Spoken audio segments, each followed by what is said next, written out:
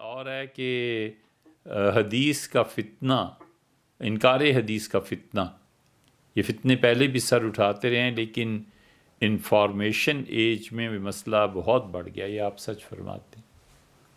جنہوں نے حدیث کا نام تک نہیں سنا ہوتا کہ حدیث کی کوئی قسم بھی ہوتی ہے، کیا ہوتی ہے، وہ بھی انکار کرتے ہیں حدیث کا.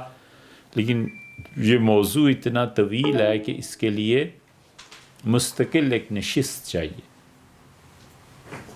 مستقل ایک نشست چاہیے. آپ کبھی رکھ لیں، پھر اس موضوع پہ بات کریں گے. اس میں کوئی شبہ نہیں ہے کہ اگر حدیث کو امت محفوظ نہ کرتی اور رسول اللہ صلی اللہ علیہ وسلم کے ارشادات نہ ہوتے تو یہ اسلام جہاں جس جزیرے سے نکلا تھا اس سے بھی نہ نکل پاتا. اور وجہ یہ ہے کہ اللہ تعالیٰ نے جب وحی بھیجی ہے تو حضور صلی اللہ علیہ وسلم جبریل امین کے پڑھنے کے بعد فوری طور پہ اسے پڑھتے تھے، جلدی جلدی. تو اللہ تعالیٰ نے فرمایا کہ ولا تعجل، آپ جلدی نہ کیا کیجئے. جبریل پڑھ لیں، آپ سن لیں، پھر سکون کے ساتھ ان آیات کو دہرائیں. ولا تعجل بہ لسانک لتعجل بہ ان علینا جمعہ و قرآن، ہمارا ذمہ ہے، ہم آپ سے وعدہ کرتے ہیں کہ ہم اس قرآن کو آپ کے سینے میں جمع کریں گے اور پھر اسے پڑھوائیں گے. اور پھر فرمایا ثم ان علینا بیانہ، اور یہ بھی ہماری ذمہ داری ہے کہ ہم اس قرآن کی تشریح بھی کریں گے.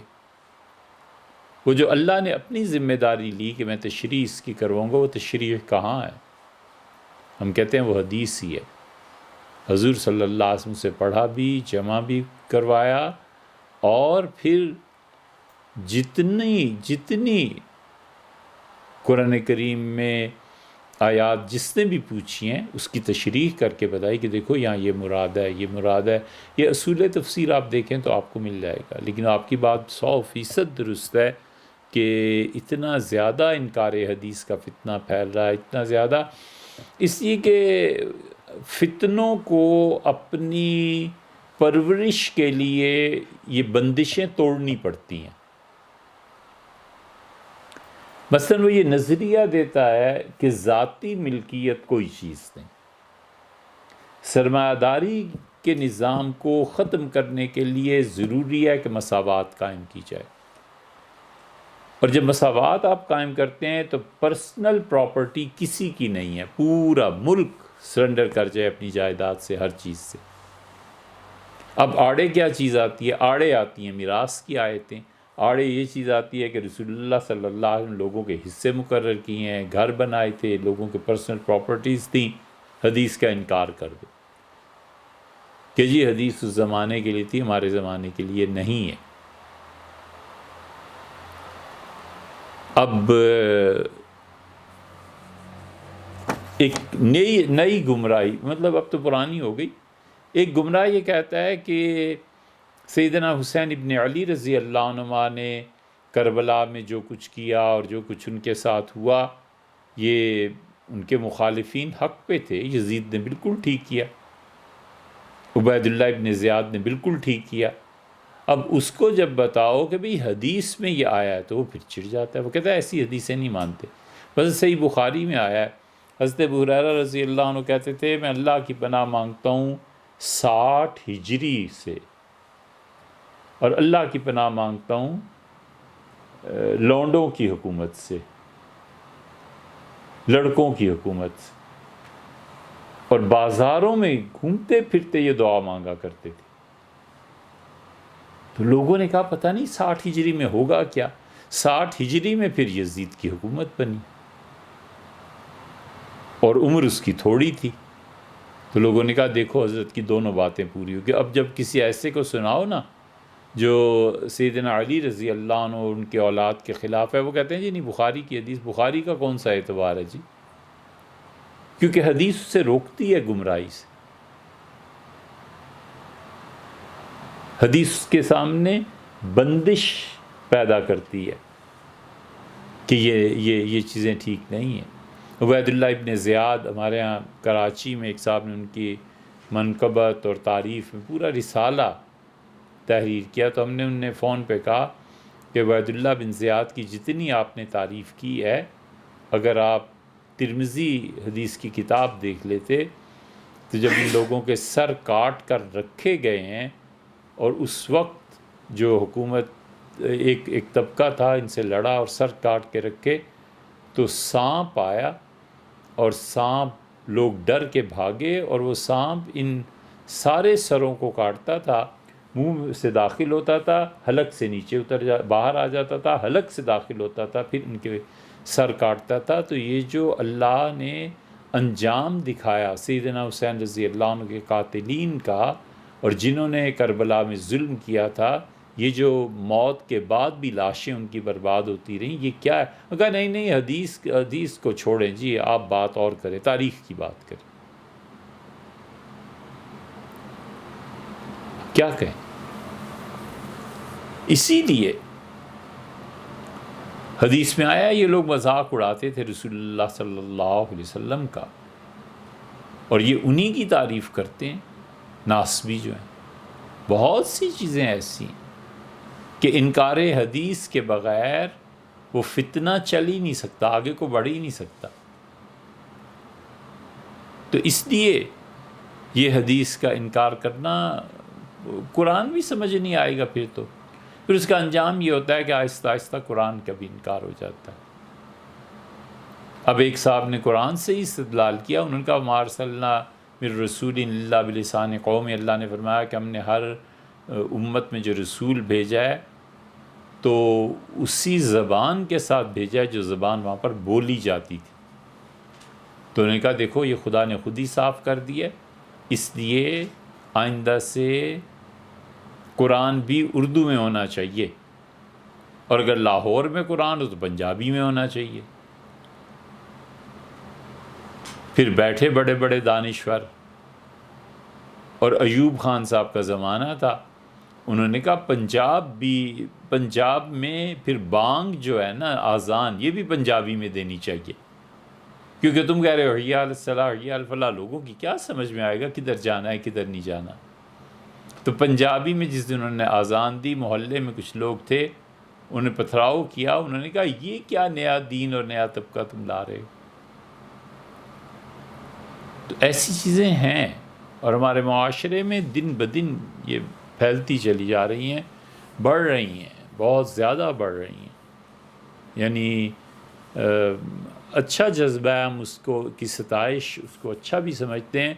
بعض اوقات ہم جمعے کی نماز کے بعد گھر نہیں پہنچتے اور فون آنا، میسیج آنا شروع ہو جاتا ہے کہ یہ حدیث جو تم نے سنائی ہے یہ فلاں کتاب میں دیکھی تھی، نہیں ملی۔ پھر ہم بتاتے ہیں کہ فلاں جگہ دیکھیے، آپ کو اسی کتاب میں مل جائے گی۔ تو یہ ایک اچھا جذبہ ہے، حدیث کی تحقیق ہے، سب چیزیں ہیں، مگر فتنے جو ہیں وہ زیادہ ہو گئے ہیں، کیونکہ رسول اللہ صلی اللہ علیہ وسلم کی شخصیت جتنی بے اعتنائی، جتنی ناقدری اور ان کے ساتھ قطع تعلق امت کا اب ہوا ہے نا، اتنا تو 1500 سال میں کبھی بھی نہیں ہوا، کبھی بھی نہیں ہوا 1500 سال میں کہ اتنی بڑی تعداد مسلمانوں کی رسول اللہ صلی اللہ علیہ وسلم سے اتنی دور چلی جائے اور کوئی تعلق نہ رہے۔ اب یہ صورتحال پیش آ گئی۔ تو جب شخصیت سے ہی معاذ اللہ استغفر اللہ ایک طرح کی نفرت، بغض اور دوری پیدا ہو جائے، یا نہ بھی نفرت پیدا ہو تو کوئی تعلق نہیں رہتا، تو کون حدیث کو مانے گا، کون اسے پڑھے گا، کون صلاۃ و سلام پڑھے گا، کس کو انٹرسٹ ہوگا کہ ان کے بڑے حقوق ہیں ہم پہ بھی، ہمیں سوچنا چاہیے۔ یہ صورتحال ہے، لیکن اس کے لیے مستقل ایک نشست چاہیے کہ حدیث کی اہمیت کیا ہے، حدیث کا مقام کیا ہے، قرآن اس کے بغیر کیوں نہیں سمجھ میں آ سکتا۔ خود رسول اللہ صلی اللہ علیہ وسلم نے، صحابہ رضی اللہ عنہم نے اس حدیث کو قانونی طور پر کیسے استعمال فرمایا، قانونی طور پر اس کی حیثیت کیا متعین کی گئی ہے، کس قدر احتیاط کے ساتھ اسے منتقل کیا گیا۔ اور پھر دوسری طرف ایسے بھی نالائق تھے جنہوں نے جھوٹی حدیثیں گھڑی، جنہوں نے بہت کچھ جھوٹ لکھا، ہارون رشید کے زمانے میں ایک آدمی حدیثیں بیان کرتا تھا اور اس کے خلاف رپورٹ ہوئی. ہارون نے بلایا اور اس سے کہا یہ احادیث تم سے سنی گئی ہیں. اس نے کہا میں نے خود گھڑی ہیں. کہا کیوں؟ اس نے کہا اس لیے کہ مسلمان بہت زیادہ چھا گئے ہیں دنیا میں، مجھے ان سے حسد ہے، نفرت ہوتی ہے، تو میں جھوٹی روایتیں گھڑ گھڑ کے پھیلاتا رہا.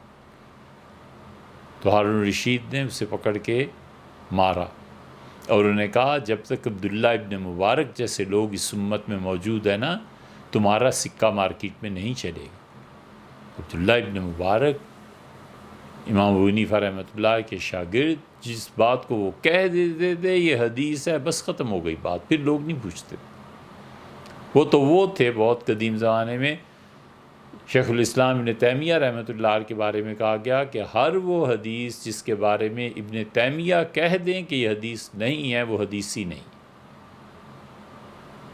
حضور صلی اللہ علیہ وسلم تعلق اور محبت ان لوگوں کو ایسے ہی تھا بھیا کہ کوئی جھوٹ آنے نہ پائے. ادھر حفاظت بھی تھی، دوسرا پہلو بھی تھا.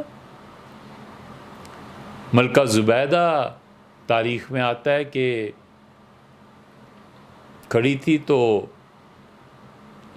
شور اٹھا بازار میں، تو ہارون رشید بھاگے کہ کہیں فوج میں کچھ گڑبڑ ہو گئی ہے، کیا ہو گیا ہے، کوئی بغاوت ہو گئی ہے. اتنا شور اٹھا بازاروں میں چاروں طرف محل کے. تو انہوں نے کھڑکی جا کے کھولی تو زبیدہ اس سے پہلے کھول چکی تھی. اس نے کہا زبیدہ کیا ہوا؟ اس نے کہا عبداللہ ابن مبارک رحمۃ اللہ علیہ کو چھینک آئی تھی اور انہوں نے کہا الحمدللہ، لوگوں نے جو اس کا جواب دیا ہے یرحمک اللہ، اس سے بازار اور گلیاں گونج اٹھی ہیں. یہ ہوا ہے اور کچھ نہیں ہوا.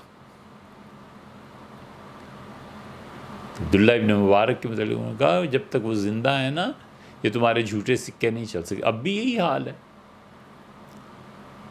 تو اس لیے لیکن بات آپ کی درست ہے کہ حدیث سے بہت بے اعتنائی بھی آ گئی ہے اور لوگ بہت زیادہ حدیث کا انکار کرنے لگے.